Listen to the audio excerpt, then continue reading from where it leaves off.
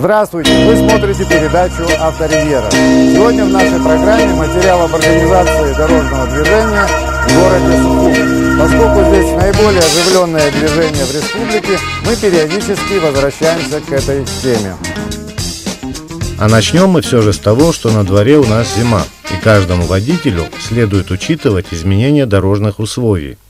Это и короткий световой день, туман, частые дожди, снегопад и гололед тоже у нас не такая уж и редкость. Впрочем, для того, чтобы произошло дорожно-транспортное происшествие, а то и всеобщий коллапс, достаточно и одного ненастного дня. Так что при неблагоприятных дорожных условиях старайтесь ездить в соответствии с ними. А иногда, бывает, надо и вовсе отказаться от поездки. Не игнорируйте предписания госавтоинспекции ездить и в дневное время с включенным ближним светом фар. Во многих странах это обязательная норма. Доказано, что езда с включенным светом положительно влияет на безопасность, особенно в пасмурную и ненастную погоду. Ваш автомобиль заметят гораздо раньше. Готовясь к зиме, в первую очередь надо обуть машину шинами с хорошим цепким протектором. Не лишним будет проверить работу отопительной системы. До наступления холодов бывает сложно понять, хорошо ли работает печка. А самое главное – проверить аккумуляторную батарею. Рекомендую зарядить ее до полного заряда. В обслуживаемых аккумуляторах следует еще проверить уровень и плотность электролита. В некоторых автосервисах оказывают такую услугу. Если же все эти процедуры не взбодрили ваш аккумулятор, покупайте новый, чтобы избежать неприятных сюрпризов. В холодную погоду неисправные батареи резко отказываются работать, как всегда в самое неподходящее время. В нашей передаче периодически мы напоминаем о первом уроке, который проходит в автошколе. О том, что несмотря на обыденность присутствия автомобиля в нашей повседневной жизни, не стоит забывать, что автомобиль – это источник повышенной опасности. Особенно, если водитель не вполне контролирует свои действия и теряет контроль над машиной. По данным статистики нашей госавтоинспекции, в декабре ежегодно возрастает количество дорожно-транспортных происшествий с тяжким исходом. Во многом это связано с тем, что резко увеличивается интенсивность движения. Люди стараются к концу года завершить свои многочисленные дела, плюс возникает много поездок с приготовлениями к новогоднему празднику, покупки подарков. Крестьяне и торговцы активно занимаются подвозом своей продукции, а также не стоит забывать, что в декабре в самом разгаре свадебный сезон. Так что водителям придется испытывать затруднения из-за плотных и медленных транспортных потоков. За рулем надо запастись терпением и быть предельно внимательным. Стараться ездить по возможности по менее загруженным дорогам, всегда учитывать дорожно-транспортную обстановку и погодные условия. Самый лучший спутник на дороге – это доброжелательность и взаимовежливость. Чаще уступайте друг другу, не создавайте вокруг себя суету. А вот агрессия за рулем может привести лишь к самым неприятным эксцессам и способствовать дорожно-транспортному происшествию. Теперь об организации дорожного движения в столице и пожеланиях водителей. Дорожная инфраструктура может и не такими темпами, но постепенно обрастает новыми дорожными знаками, указателями, дорожной разметкой. Надо дать должное дорожным службам. Заасфальтировано немало дорог. Проведено много работ по ямочному ремонту на различных улицах.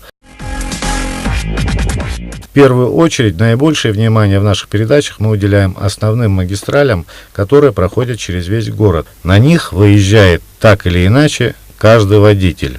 В этой цепи улиц множество перекрестков, загруженность которых велика, особенно в часы пик. С каждым днем машин становится больше, движение более интенсивным. В будни все обочины в центре Сухума заставлены припаркованными автомобилями.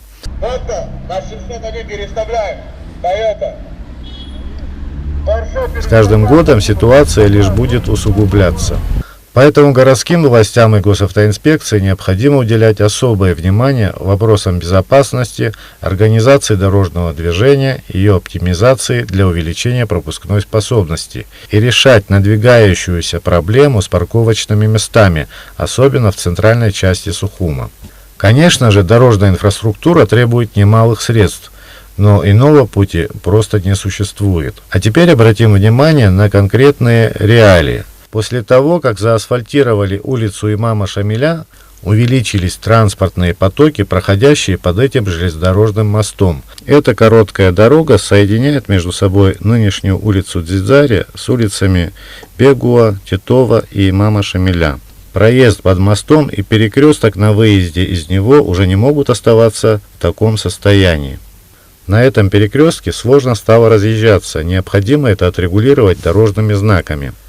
И на этом коротком участке, особенно под мостом, большие выбоины. Одним словом, эта дорога в плачевном состоянии, ее необходимо отремонтировать. Вторая подобная развязка – это проезд нового района, соединяющий с Маяцкой дорогой. По этому маршруту после обновления дороги от Нижней Ишеры через Маяк к центру Сухума поток транспорта увеличился. Этот отрезок до моста заасфальтирован, а дальше дорога за туннелем вся разбита, и ездить здесь, особенно в часы пик, не лучший выход. А в самом туннеле не могут разъехаться два автомобиля, и причем там нет никакой видимости. Учитывая все эти недостатки, пропускная способность этого проезда не может удовлетворять возросшие запросы. Эти две перечисленные развязки сегодня очень востребованы. Если их довести до ума, то основная магистраль, проходящая по улицам Эшба и Дзидзария, значительно разгрузится. У водителей будет возможность выбирать маршрут по своим предпочтениям или просто кратчайшую дорогу. В общем, альтернатива – дело хорошее. Далее мы проедем по нашему главному маршруту, как мы и задумывали, который наиболее загружен. Это улицы Эшба, Дзидзария, Леона.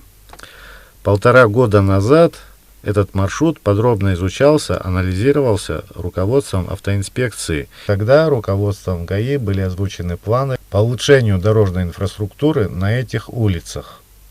К сожалению, эти планы по оснащению дорожной инфраструктуры на этих улицах всем необходимым не смогли осуществиться. Например, перекресток в районе Сухум-маркета недоукомплектован дополнительными секциями в виде стрелок.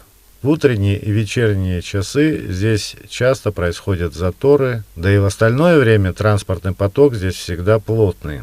На мой взгляд, этот затор можно уменьшить, если разрешить поворачивать на этом перекрестке от центра на новый район и обратно с 2 рядов. Остальные направления оставить в прежнем режиме. По крайней мере, стоит проверить, как это будет работать. На следующем перекрестке, где поворот на старый поселок, светофор тоже не вполне укомплектован дополнительными секциями. Планировалось установить стрелку направо, которая может гореть всегда, и здесь не будет скапливаться сток автотранспорта.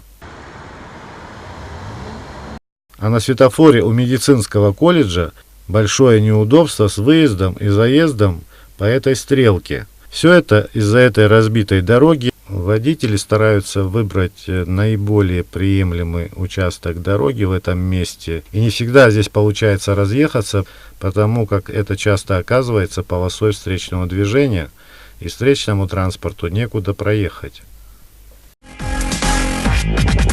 В этот раз мы не говорим о нарушениях дорожных правил, у нас другая тема. Хочется лишь отметить, что не стоит, игнорируя запрещающие знаки, совершать повороты налево. На этой улице несколько перекрестков, где запрещен поворот налево. Это была вынужденная мера, поскольку в этих местах часто происходили дорожно-транспортные происшествия. И когда водители, игнорируя запрещающие знаки, останавливаются здесь с целью повернуть налево, пока они выждут этот момент, за ними иногда выстраиваются огромные заторы. Едем дальше. Этот Т-образный перекресток под железнодорожным мостом считается опасным, поскольку здесь очень ограничена видимость. Не так давно здесь в помощь водителям установили обзорное зеркало. К нему, конечно, тоже надо приноровиться, но зеркало реально помогает. Иначе водителю, особенно который впервые оказался на этом перекрестке, повернуть налево было испытанием. Чисто теоретически этот поворот налево в целях безопасности лучше запретить. Можно проехать дальше по улице Леона и совершить этот поворот на перекрестке. Но для этого здесь потребуется нанести несколько иную дорожную разметку, которая позволит выполнить безопасный разворот. Пока будем ездить, как здесь предписано. Хоть вы и едете по главной дороге, поворотники включать необходимо. Здесь еще напрашивается знак ограничения скорости, потому что заезжать под мост следует очень осторожно на небольшой скорости. И если же сюда подъедет транспорт с высотой больше, чем указано на этом знаке, неизвестно, как он будет сдавать задним ходом. Знака, который предварительно предупреждает заранее, на более ранних подступах к мосту предупредить о его высоте, отсутствует. Такая же ситуация и на другой стороне моста. Движемся дальше к перекрестку улиц Леона и Гуле. Здесь происходят заторы из-за припаркованных с двух сторон автомобилей. Как всегда, это результат безразличия к окружающим и отсутствия управы к нарушителям, паркующих свои машины в запрещенных местах. Перекресток улиц Леона и Арзенба мы неоднократно показывали и обсуждали в нашей передаче. Положение здесь не изменилось, хотя и на этом перекрестке планировались изменения к существующей схеме организации движения. Здесь целый клубок проблем. Когда ко второй школе родители подвозят учащихся и когда их забирают со школы, эта сторона дороги перекрывается практически наглухо машинами родителей учащихся. Следующая проблема – останавливающийся здесь общественный транспорт. Часто они останавливаются прямо на пешеходном переходе. Для полноты картины добавим сюда еще и припаркованные повсюду машины. На этом светофоре есть дополнительная секция со стрелкой, но она абсолютно бесполезна. Ее следует перенастроить, а на главной разрешающей секции светофора в этом случае, как полагается по ГОСТу и в соответствии с правилами дорожного движения, должны быть указаны стрелочками остальные разрешенные направления движения. Пешеходу переходить на свой зеленый сигнал небезопасно, не каждый водитель настроен им уступать. Переходов здесь, соответственно, 4. Нарушений здесь множество. Многие останавливаются далеко за стоп-линией на пешеходном переходе. На перекрестке объезжают по встречной полосе движения стоящие автомобили на красный сигнал светофора или совершают поворот со второй полосы движения. Отдельное внимание уделим дорогам вокруг центрального рынка в городе Сухум. Дорожно-транспортную обстановку, существующую здесь, водители терпеливо преодолевают каждый раз, когда необходимо съездить на рынок. Ехать куда-то через рынок во время его работы мало кто рискнет. Все стараются его объехать. Прежде чем попасть на участок улицы Арзенба перед рынком, надо пересечь улицу Имама Шамиля, на которую сворачивает общественный транспорт, который в общем и занимает всю эту улицу. Здесь и создается первый затор. Далее уступаем пешеходу и выезжаем на, казалось бы, широкий участок дороги, но, увы, здесь помимо припаркованных с обеих сторон автомобилей, еще и масса хаотично стоящих машин в 2, а то и в 3 ряда. Многие останавливаются для высадки и посадки пассажиров, а то и просто пообщаться прямо на полосе движения. Даже когда есть куда прижаться, не каждый считает нужным принять вправо или влево для остановки. ГАИ с этим может бороться, конечно, штрафами, но в данной ситуации эта мера, похоже, у нас непопулярна. Отсюда и следует такое положение дел. Здесь постоянно заторы до окончания работы рынка. Улицы, которые по периметру рынка, значительно уже. Здесь также, где только можно, припарковываются автомобили, а на тротуарах повсеместно выносная торговля. Я думаю, в этот предновогодний месяц здесь будет очень жарко. Далее в нашей передаче небольшой материал о Сухумском вокзале. Год назад в одной из передач «Авторивьеры» мы уже показывали о нем, но, как видите, ситуация здесь никак не изменилась. Тогда мы рассказывали об истории создания вокзала, о его работе в довоенные годы и о настоящем его положении. Это место было самым оживленным в республике. По сути, это были главные ворота в Абхазию. Мы надеялись, что в 2018 году начнутся ремонтные работы, но, увы, эти предновогодние ожидания не осуществились. Сегодня мы периодически слышим из новостей о различных строительных проектах, но вокзал, похоже, не входит в число приоритетных. Привокзальная площадь по-прежнему вся в ямах и в лужах. Я думаю, только из этого ручья, который течет в самом обозреваемом месте, за 1 минуту вытекает около тонны воды. Можно представить, сколько в целом таких ручьев по городу вытекает из водопроводных труб. Без особой необходимости водители стараются на привокзальную площадь не заезжать. Водители, обслуживающие здесь пассажиров, сетуют, что гости поражены состоянием Сухумского вокзала, и возразить им нечем. Если мы позиционируем как гостеприимный народ и туристическая страна, этот вокзал и другие подобные объекты в ближайшее время надо привести в надлежащий вид. Наша передача подошла к концу. Авторивьера желает всем счастливого пути.